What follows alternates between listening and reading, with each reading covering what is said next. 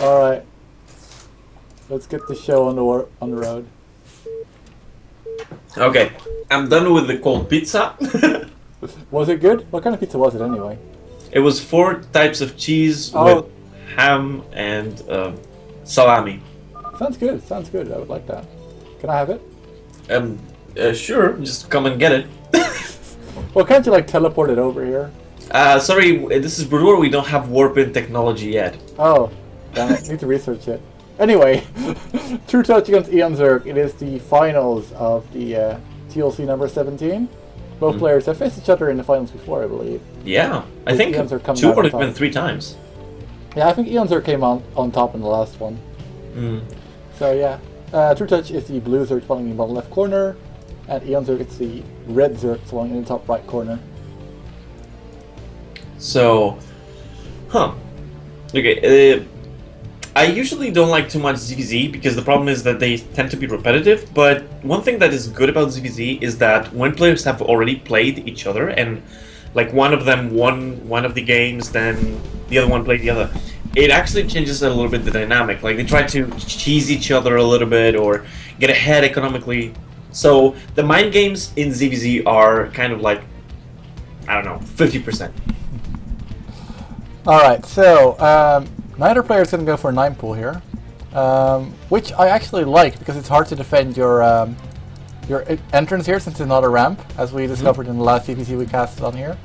So I kind of like the choice because you really want to get as many larvae as you possibly can, but eOnzErG is going to go for a 12 pool, whereas TrueTouch, also going for a 12 pool, but 12 pool opens up the option to get a second hatchery up and really get that link production going, so I like it.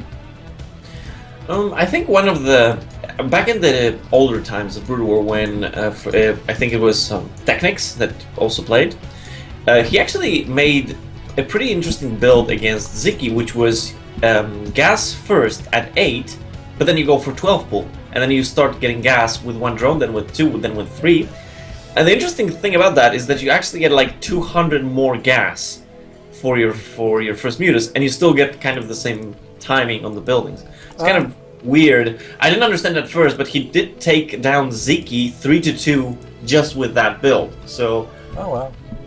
It doesn't seem refined. I'd imagine getting it a little bit later and just using 3 drones on it would be better. Yeah, me too. That's what I'm talking about. I didn't understand it either but for some strange reason it worked really well.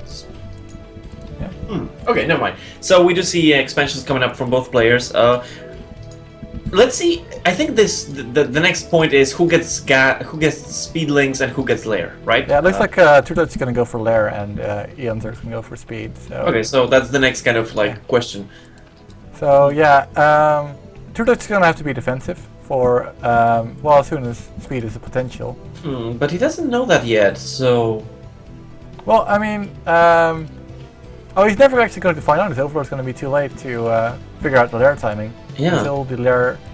Actually, you can kind of figure it out from his lair. No, wait, he can't because lair is going to take a long time to finish. So no, he's not going to be able to figure it out until it's too late. But given he went for lair before speed himself, he should probably take the safe route. But he knows now. He knows now. You see the overlord that saw the 2 Zerglings? That's a cue. Because you without speed versus without speed, you would never do that. You'd never send 2 Zerglings that way, because then you are open to a counterattack if your opponent also gets speed. But if you're eOnzErG and you did take speed, you're okay with this. Yeah, actually it's very smart. And it looks like he's going to get 1 drone for free, and that's a huge deal in TPC. Yeah. Any drone you get. What? Yes, I think that's. He gets 2. Okay. eOnzErG is far ahead right now. This is a very big deal. It's 12 drones to 9. That's 3 drones. And bear in mind, guys, for those of you who like, what's the big deal? That's just 3 drones. Yeah, but think in percentage.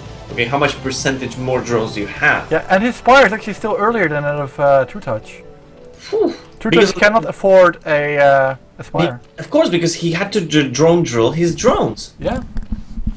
So eOnzErG is far ahead in every way right now.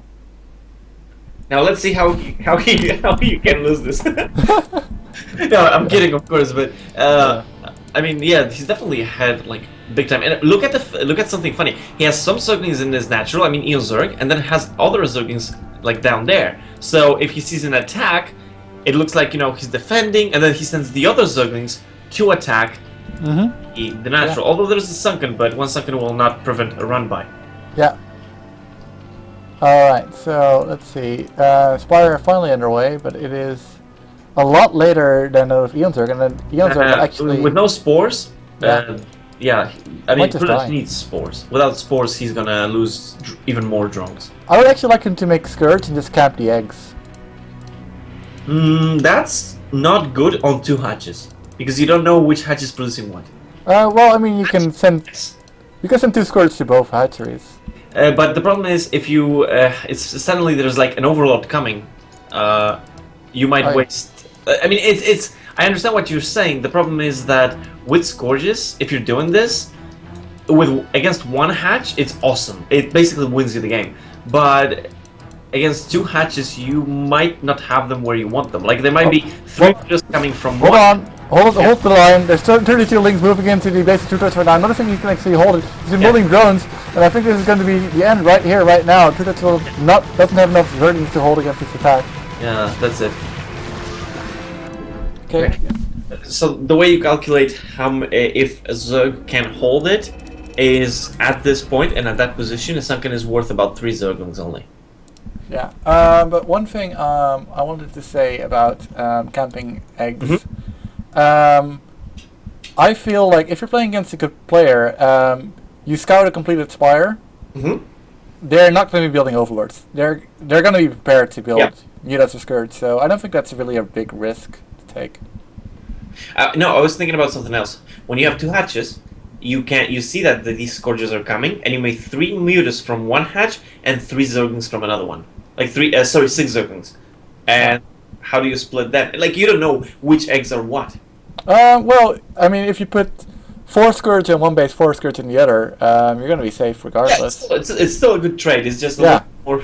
I mean, you can even go for just Zerglings in that case, and suddenly there are Scourges that are not doing anything. So you're revealing your hand by doing that. Maybe. Anyway, we got the second game already. All right.